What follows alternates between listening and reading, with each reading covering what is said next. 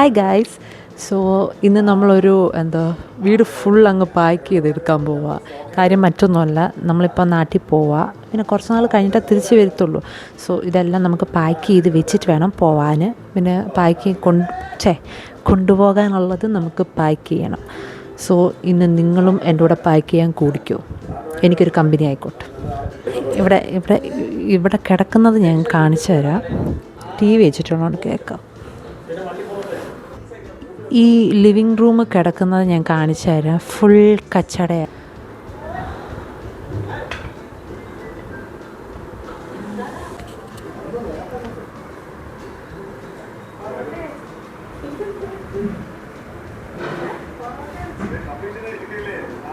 So എന്തുമായിരുന്നു നമ്മൾ പറഞ്ഞത്? Yes, ഇന്ന് ഈവനിങ് ആകുമ്പോൾ മെഷീൻ പാക്ക് ചെയ്യാൻ ഇതെല്ലാം അഴിച്ചു പെറുക്കാൻ ആളെത്തും.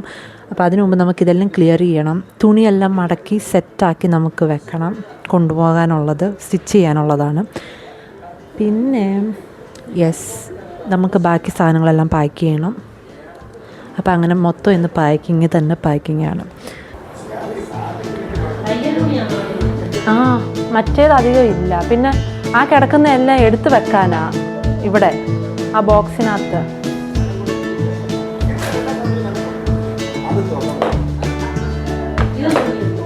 അതൊക്കെ ഞാൻ എടുത്തോളാം. അതെല്ലാം അത് കട്ട് ചെയ്ത് വെച്ചത്.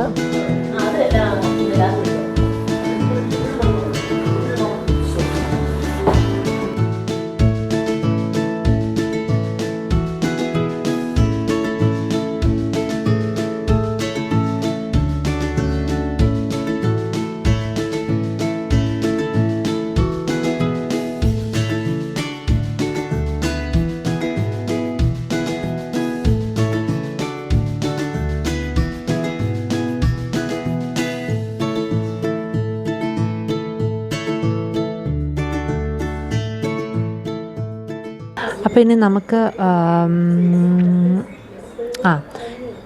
സിബെല്ലാം ഒന്നിച്ച് വെക്കണം. സ്റ്റിച്ചിങ്ങിൻ്റെ സാമഗ്രികളെല്ലാം ഒന്നിച്ച് വെക്കണം. പിന്നെ നൂലുകളെല്ലാം ഒരു ബോക്സിലായിരുന്നല്ലോ നൂല്. ഇവിടെ ഉണ്ട്. അപ്പോൾ ആ നൂലെല്ലാം ഒന്നിച്ച് വെക്കണം. പിന്നെ ഇതുണ്ട്, നമ്മൾ ഈ പിൻ കുത്തിയിട്ടല്ല സ്റ്റിച്ച് ചെയ്യുന്നത്. സോ ആ പിന്നെല്ലാം എടുത്ത് വെക്കണം. പിന്നെന്തുവാ പിന്നെ സീം റിപ്പർ, ത്രെഡ് കട്ടർ, അങ്ങനത്തെ ഐറ്റംസ് എല്ലാം ഒന്നിച്ച് വെക്കണം. ഇല്ല അവിടെ ചെന്നിട്ട് നമ്മൾ തപ്പി നടക്കേണ്ടി വരും. പിന്നെ ലേസുകൾ അതെല്ലാം വേറെ വെക്കണം. അപ്പം ഇതെല്ലാം ഒന്നിച്ച് വെക്കാനാണ് എൻ്റെ ഒരു പ്ലാൻ. ഇല്ലെങ്കിൽ നമുക്ക് അവിടെ ചെന്നിട്ട് ബുദ്ധിമുട്ടായിരിക്കും, എവിടെയെന്ന് അറിയത്തില്ലല്ലോ. സോ പിന്നെ എക്സ്റ്റൻഷൻ എടുത്ത് വെക്കണം. പിന്നെ ഈ ചേച്ചിയെ അഴിച്ചെടുത്ത് വെക്കണം. അത് വൈകിട്ടത്തേക്ക് എടുക്കത്തുള്ളൂ. പിന്നെ വൈകിട്ട് ഞാൻ പറഞ്ഞല്ലോ മെഷീൻ അഴിക്കാൻ ആൾ വരും. സോ അപ്പോൾ അതിനു മുമ്പ് ഈ മെഷീനിലെ മുകളിൽ ഇരിക്കുന്ന സാധനം എല്ലാം ക്ലിയർ ചെയ്യണം. അതുകൊണ്ട് ഇപ്പോൾ ഇതാണ് ഇതിൻ്റെ കോലം. സോ അതെല്ലാം ക്ലിയർ ചെയ്യണം.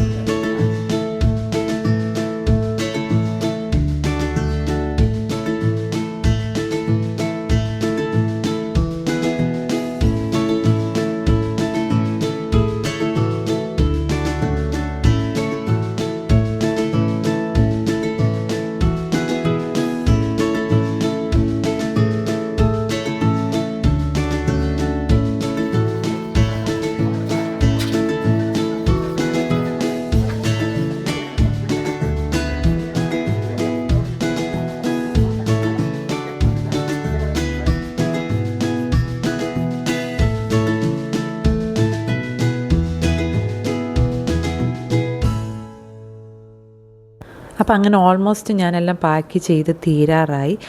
ഇനി നമുക്ക് മെഷീൻ്റെ ചെറിയ ചെറിയ പരിപാടികളൊക്കെ ഉള്ളൂ, അത് നമുക്ക് വൈകിട്ടത്തേക്ക് ഒപ്പിക്കാം.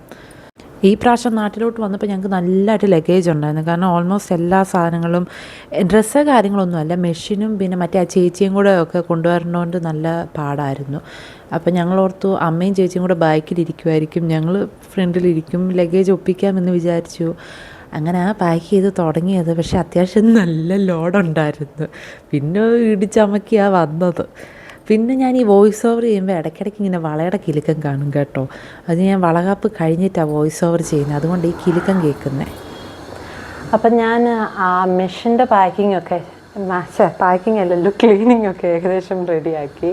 പിന്നെ മറ്റേ തുണികളൊക്കെ എടുത്ത് വെച്ചു. ഇനി ആ സെക്ഷനൊക്കെ കഴിഞ്ഞു. ഇനി നമുക്ക് അല്ലാത്ത വേറെന്താ ബുക്സ് എടുത്ത് വെക്കണം. പിന്നെ അല്ലാതെ എൻ്റെ ഡ്രസ്സ് കുറച്ച് എടുത്ത് വെക്കാനുണ്ട്. പിന്നെ മേക്കപ്പിൻ്റെ ഐറ്റംസൊക്കെ എടുത്ത് വെക്കാനുണ്ട്. അപ്പോൾ അതിന് ഫുഡൊക്കെ കഴിച്ചിട്ടേ ഉള്ളൂ. അടുത്തത് നമുക്ക് ഏറ്റവും ഇമ്പോർട്ടൻ്റായിട്ട് എടുത്ത് വെക്കാനുള്ളതാണ് നമ്മുടെ മെഡിക്കൽ റിപ്പോർട്ട്. അപ്പം ഞാനാണെങ്കിൽ സ്റ്റാർട്ടിങ് തൊട്ട്, അതായത് ഏറ്റവും ബിഗിനിങ് തൊട്ട് ട്രാവൽ ചെയ്യുന്നുണ്ട്. അങ്ങനെ ട്രാവൽ ചെയ്യാതിരുന്നിട്ടേ ഇല്ല. സോ അന്നേരം മുതൽ ഇപ്പോൾ വരെയും ഞാൻ എപ്പോൾ ട്രാവൽ ചെയ്യുന്നോ അന്നേരം എല്ലാം ഈ സാധനം എൻ്റെ കൂടെ കാണും. അതിപ്പം ലോങ് ജേർണി ഒന്നും ആവണമെന്നില്ല. ചിലപ്പോൾ ഒരു 2-3 മണിക്കൂർ അടുത്തുള്ള പ്ലേസൊക്കെ ആണെങ്കിൽ, ഇപ്പം പത്തനംതിട്ടയിൽ നമ്മൾ ആലപ്പുഴ വരെ പോകാന്നേലും ഞാനിത് ക്യാരി ചെയ്യുമായിരുന്നു.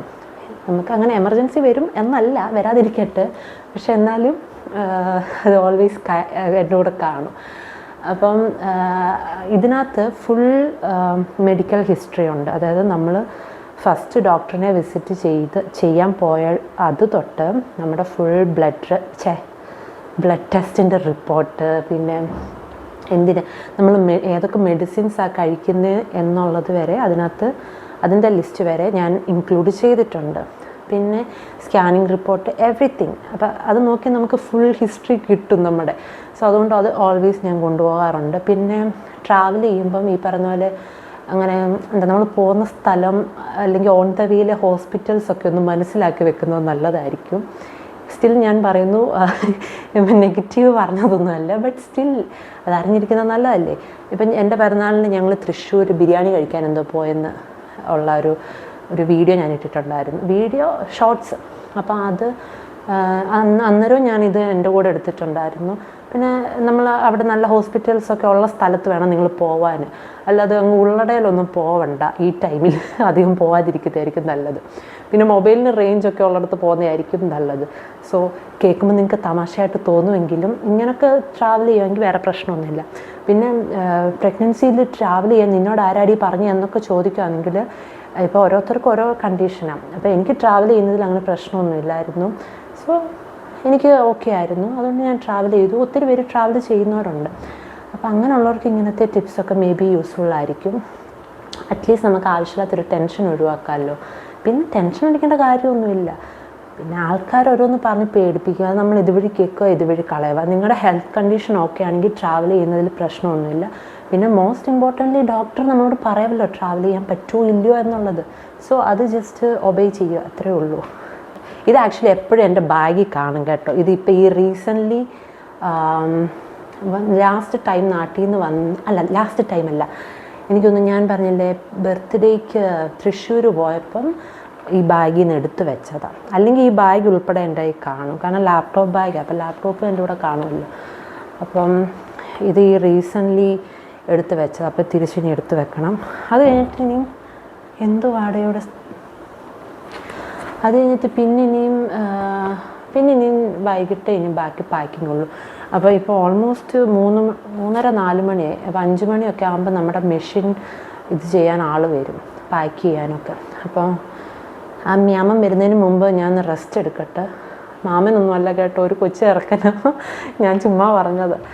അപ്പോൾ ആ ആൾ വരുന്നതിന് മുമ്പ് ഞാൻ ഒരു 10 മിനിറ്റ് റെസ്റ്റ് എടുക്കട്ടെ. കാരണം നമ്മൾ ആ മെഷീനൊക്കെ അഴിക്കുമ്പം കൂടെ നിൽക്കണമല്ലോ. സോ ടാറ്റാ.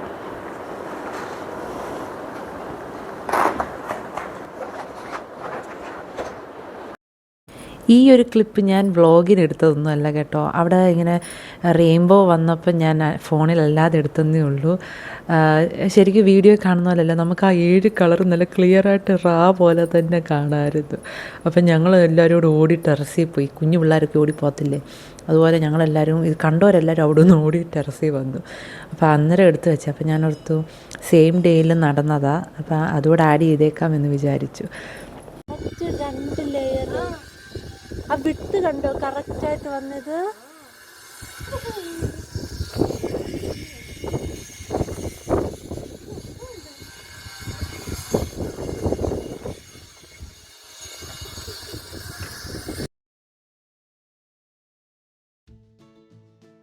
അങ്ങനെ കാത്തിരുന്ന് പുള്ളി ഒരു 7-7:15 വന്നത്.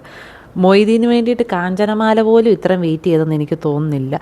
ഞങ്ങൾക്കാണെങ്കിൽ വേറെ കുറേ സ്ഥലത്ത് പോവുകയും വേണമായിരുന്നു, കാരണം ഞങ്ങൾ നെക്സ്റ്റ് ഡേ നാട്ടിലോട്ട് പോവല്ലേ. അപ്പം നമുക്ക് കുറച്ച് സാധനങ്ങളൊക്കെ വാങ്ങിക്കണമായിരുന്നു, പിന്നെ കൊറിയർ സെൻഡ് ചെയ്യണം. അങ്ങനെ പോരാത്തതിന് തിരുപ്പൂർ അന്ന് നല്ല മഴയുമായിരുന്നു. എനിക്കൊന്ന് പുള്ളി അതുകൊണ്ടായിരിക്കും ലേറ്റായി പോയത്. പക്ഷേ ഇതിനു മുമ്പൊക്കെ വിളിച്ചപ്പോൾ കറക്റ്റ് ടൈമിന് വന്നിട്ടുണ്ട്. പുള്ളി 5 മണിക്ക് വരാമെന്ന് പറഞ്ഞു, കൊറിയറിൻ്റെ ആൾ 5:30 വരാമെന്ന് പറഞ്ഞു. പക്ഷേ ഇവർ 2 പേരും വന്നില്ലായിരുന്നു. ഒരാൾ എത്തിയത് 7:15, മറ്റേ ആൾ വന്നതേ ഇല്ല. പിന്നെ ഞങ്ങളൊരു 9 മണിയായപ്പോൾ അങ്ങോട്ട് കൊണ്ട് കൊടുക്കുമായിരുന്നു. ഞങ്ങൾക്ക് എന്തായാലും പുറത്തോട്ട് പോകണമായിരുന്നു, അപ്പോൾ പിന്നെ ഞങ്ങൾ ഇതുകൂടെ അങ്ങ് കൊടുക്കുമായിരുന്നു. പോരത്തിന് ഞാൻ പറഞ്ഞല്ലോ ഓൾറെഡി നല്ല മഴയായിരുന്നു, അപ്പോൾ അതുകൊണ്ടായിരിക്കാം മേ ബി മൊത്തത്തിൽ ട്രാഫിക്കും കൂടുതലായിരുന്നു അന്ന്. പിന്നെ ഞങ്ങളൊരു 8 മണിയൊക്കെ ആയി അവിടുന്ന് വീട്ടിൽ നിന്ന് ഇറങ്ങിയപ്പം. പിന്നെ ഫസ്റ്റ് DMart പോയി അവിടുന്ന് കുറച്ച് സാധനങ്ങളൊക്കെ വാങ്ങിക്കാനുണ്ടായിരുന്നു. അത് കഴിഞ്ഞിട്ട് പിന്നെ അന്ന് ഡിന്നർ വെളിയിൽ നിന്നായിരുന്നു കഴിച്ചത്, കാരണം നമ്മൾ ഇതെല്ലാം പാക്കിങ്ങും കാര്യങ്ങളും ഒക്കെ ആയിട്ട് തിരക്കായിപ്പോയി. അപ്പം ഡിന്നറും ഒക്കെ കഴിഞ്ഞിട്ട് ഏകദേശം ഒരു 10-11 മണി എന്തോ ആയി വീട്ടിൽ വന്നപ്പം. അപ്പം നാട്ടിൽ വരുമ്പോൾ നമുക്ക് വളകാപ്പുണ്ട്, അതായത് വരുന്നതിൻ്റെ പിറ്റേ ദിവസമല്ല, അതിൻ്റെ നെക്സ്റ്റ് ഡേ വളകാപ്പ് വെച്ചിട്ടുണ്ടായിരുന്നു. അപ്പം നമുക്ക് അതിനുള്ള സ്വീറ്റ്സ് വാങ്ങിക്കണം. പിന്നെ വളകൾ ഞങ്ങൾ അവിടെ നിന്ന് തന്നെ വാങ്ങിക്കുമായിരുന്നു. അവിടെ ആകുമ്പോൾ കുറേ വളയുടെ വെറൈറ്റി കാണും. അപ്പം അവിടുന്ന് ഇതെല്ലാം വാങ്ങിക്കണമായിരുന്നു. വള എനിക്കൊന്ന് പകലല്ല ഈവനിങ് ടൈം ആയപ്പോൾ ചേട്ടൻ വാങ്ങിച്ചുകൊണ്ട് വന്നായിരുന്നു. പിന്നെ സ്വീറ്റ്സൊക്കെ നമ്മൾ രാത്രി പോയി വാങ്ങിക്കുമായിരുന്നു. അപ്പോൾ അതിൻ്റെ എല്ലാം തിരക്കായിരുന്നു, നമുക്കത് മാറ്റി വെക്കാനും പറ്റത്തില്ലല്ലോ. അപ്പോൾ അതുകൊണ്ട് ഇതെല്ലാം അന്ന് തന്നെ ചെയ്യണമായിരുന്നു. അപ്പോൾ എനിക്ക് പോകാൻ പറ്റുമോ എന്നുള്ളൊരു ടെൻഷനും ഉണ്ടായിരുന്നു. പിന്നെ അവിടെ പിന്നെ യൂഷ്വലി രാത്രി വരെ കടകളുള്ളതുകൊണ്ട് കുഴപ്പമില്ല, പെട്ടെന്ന് അടയ്ക്കത്തില്ല. അപ്പോൾ പിന്നെ ഞങ്ങൾ എന്തായാലും പോയിട്ട് വന്നു.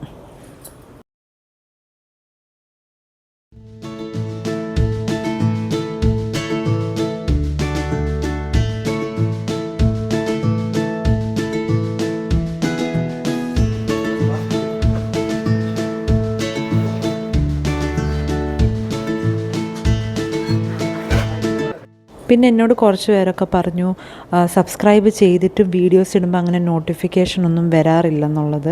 അപ്പോൾ എനിക്ക് തോന്നുന്നു മേ ബി അത് സബ്സ്ക്രൈബ് ചെയ്തിട്ട് നമ്മൾ ഓൾ എന്നുള്ള ഓപ്ഷൻ കൊടുക്കണം, ഇല്ലെങ്കിൽ നമ്മളിടുമ്പം അധികം നോട്ടിഫിക്കേഷനൊന്നും വരാറില്ല, പിന്നെ എപ്പോഴേലും ഒക്കെ കാണാൻ പറ്റത്തുള്ളൂ. സോ മേ ബി ആ സെറ്റിങ്സ് മാറി കിടക്കുന്നതുകൊണ്ടായിരിക്കും. അപ്പോൾ അങ്ങനെ അറിയാത്തവരുണ്ടെങ്കിൽ അത് ഓൾ ആക്കി കൊടുത്താൽ മതി. സബ്സ്ക്രൈബിൻ്റെ അവിടെ തന്നെ നമുക്ക് ക്ലിക്ക് ചെയ്യുമ്പോൾ കാണാൻ പറ്റും ഓൾ എന്നൊക്കെ ഉള്ളത്. സോ ഓൾ ആക്കി കൊടുത്താൽ നോട്ടിഫിക്കേഷനൊക്കെ വരും. സോ കുറച്ച് പേര് എന്നോട് അങ്ങനെ നേരിട്ട് കണ്ടപ്പോൾ പറഞ്ഞു മേ ബി ഇതായിരിക്കാം റീസൺ. അപ്പം നമ്മുടെ ഇന്നത്തെ വീഡിയോ ഓൾമോസ്റ്റ് തീരാറായി. അപ്പം ബാക്കി ഞാൻ വ്ളോഗൊന്നും എടുത്തില്ല, പിന്നെ നമ്മൾ തിരക്കായിപ്പോയി. അപ്പം നമുക്കിനി നെക്സ്റ്റ് വീഡിയോയിൽ കാണാം.